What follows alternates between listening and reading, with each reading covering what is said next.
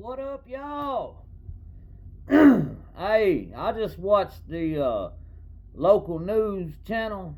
Now, I ain't watched it. I don't usually watch local news. I don't watch much news at all. I get most of it off of the internet. But anyway, so I watched the local news. I'm gonna run it over here for y'all. Let y'all. So we had a woman had a dog got loose, pit bull, I reckon, killed somebody, neighbor or something, and they got her on trial.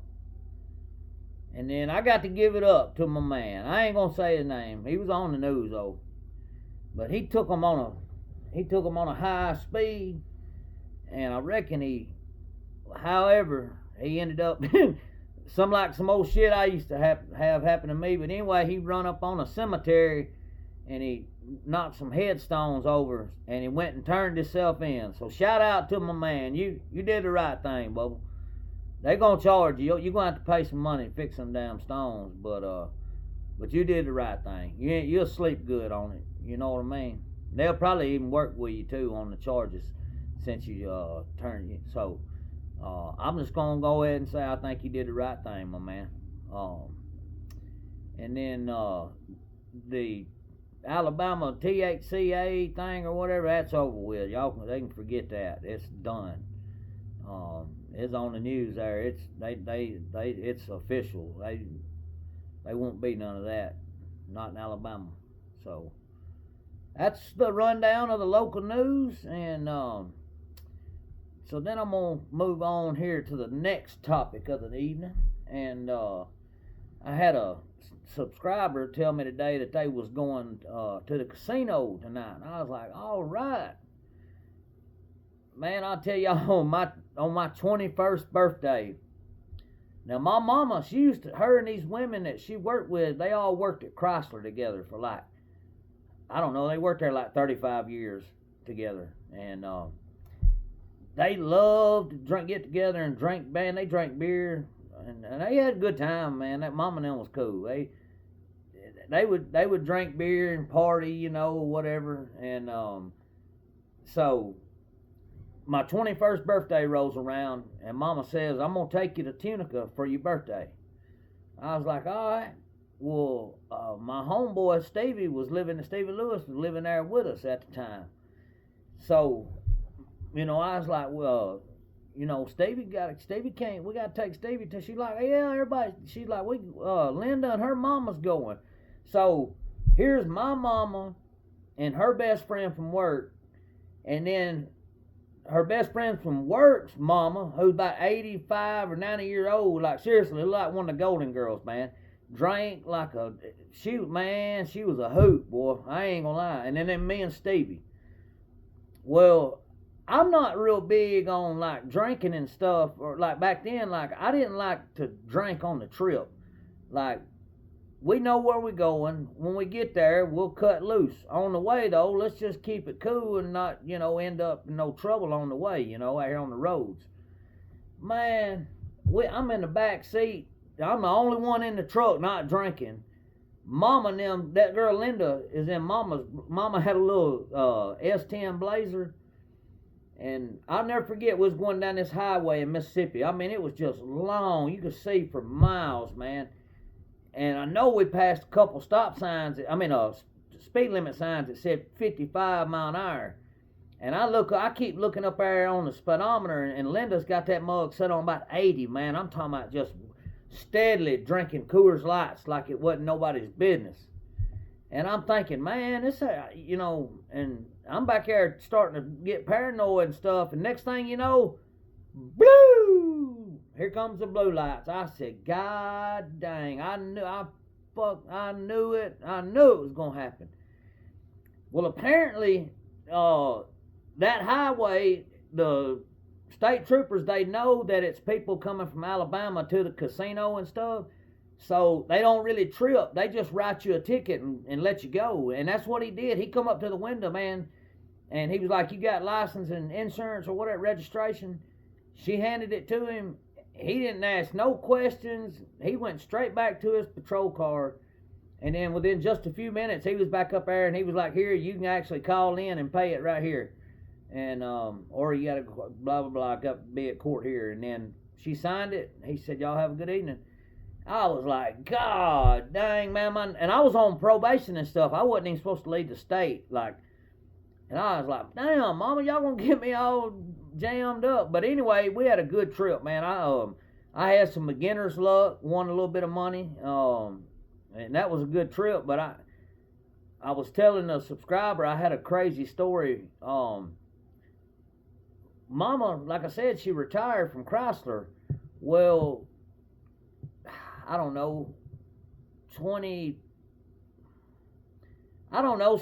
in 2000s, like 2007 or 8, the Chrysler in Huntsville closed down. And so you either had to go to Florida, St. Louis, or maybe Texas. Yeah, anyway, they had a couple choices. And anyway, or places. Anyway, Mama got sent to St. Louis.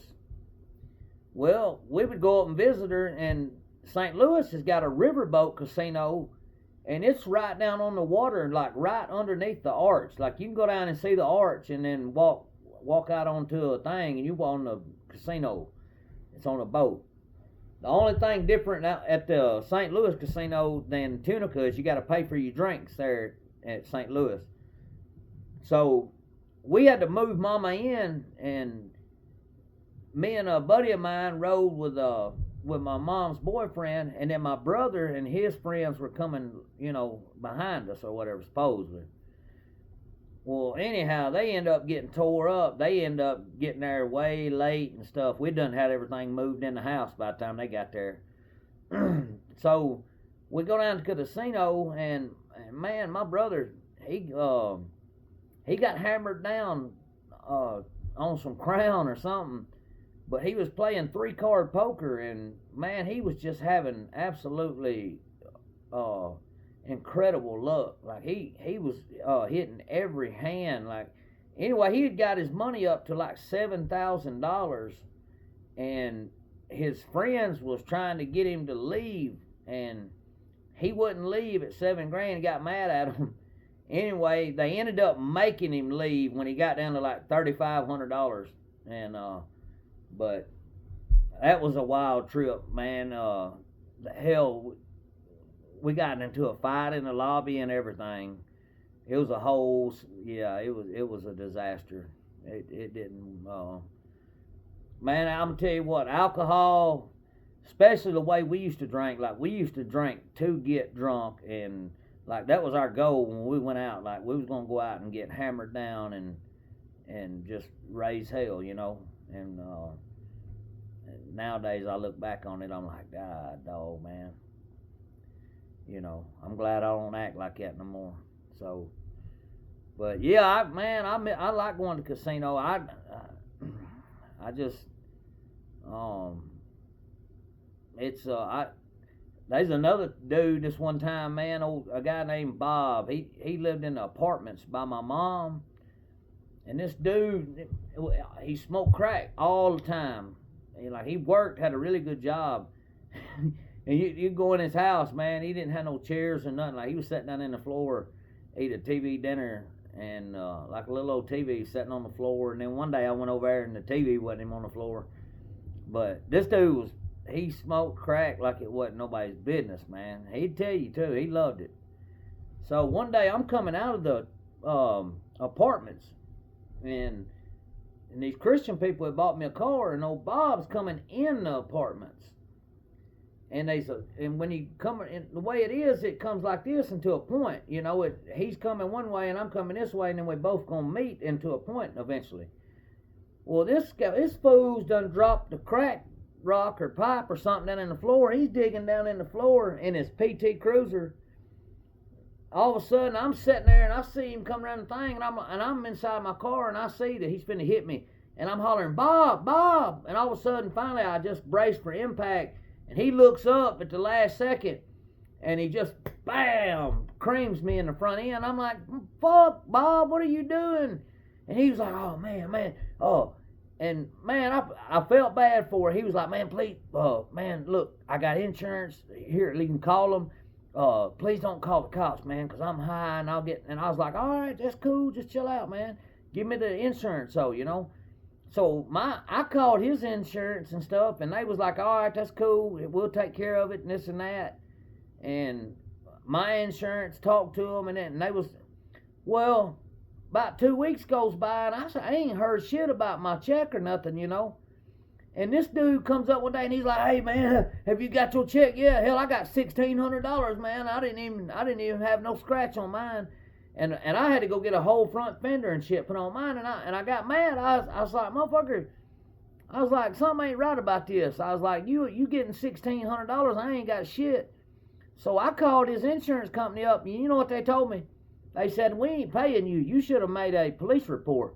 I said, "I called you though." They said, "It don't matter." They said, "If you ain't got a police report, you ain't got no proof that it happened." And I was like, "You sorry motherfuckers." That's what insurance companies right there will do to you, man. They'll sit there and tell you on the phone that they'll take care of their client. They got your policy number. Everything's gonna be all right. And then if there's no police report, they'll tell you, "Tough luck. You ain't got no proof it even happened, even if my client says it does." Anyway, man, so I seen Bob one day down at the store, man, and he was like, "Hey, look at this, man. I got lucky at Tunica at the casino." And he opened up a bag. This fool had $38,000 that he had won at the casino on a progressive slot. And man, back then I was getting high, and I wasn't living like I am now. Put it that way. And my first thought was to snatch that money from him. But then I thought, man, I'm right here at these gas pumps, there's cameras everywhere.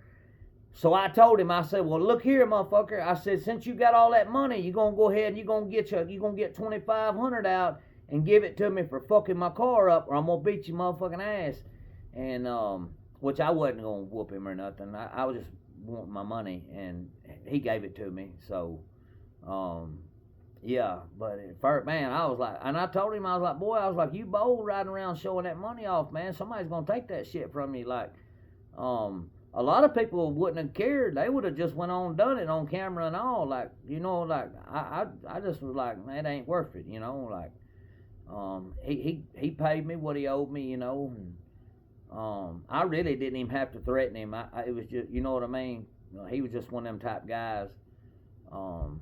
Because like I said, I wasn't going to do nothing to him anyhow. Hell, I mean, he wasn't worth getting in trouble and going to jail for, you know what I mean? Like, because it had done been a long time since it happened, so I'd done moved on from that money anyhow. Getting it was a plus, but it wasn't worth, getting in trouble over it or whatever. I would have just walked away before I'd have got in trouble over it. But, man, I tell you, just old crazy stuff always happened, man. Always. I was talking to a buddy of mine the other night on the phone, old Maywell, and he was telling me one time it was after the prom, man, and we was gonna go have this big party or whatever, and somehow something got messed up and it just didn't work out. And my brother had let me borrow his Mustang to go to the prom in, and it was a 5.0 LX, it would fly. Well, I had all these girls in the car with me, man. They had all these Zimas and bottles of vodka and Bullfrog, all kinds of shit, And we just drank beer, Well, they got all the stuff in my car to take to the party. Well, the party don't end up happening or whatever. And anyway, everybody ends up going home, basically.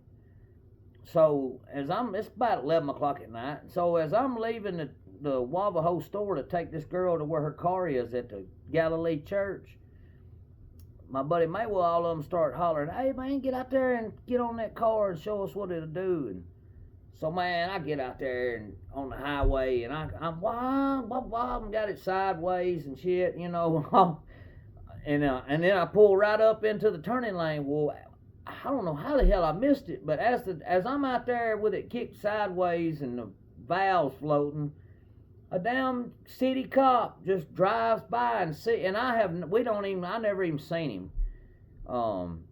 And then I just pulled right into the turning lane and turned my blinker on like nothing happened. I never seen him go by. So I turned left, and it's just a little piece down that road to the church.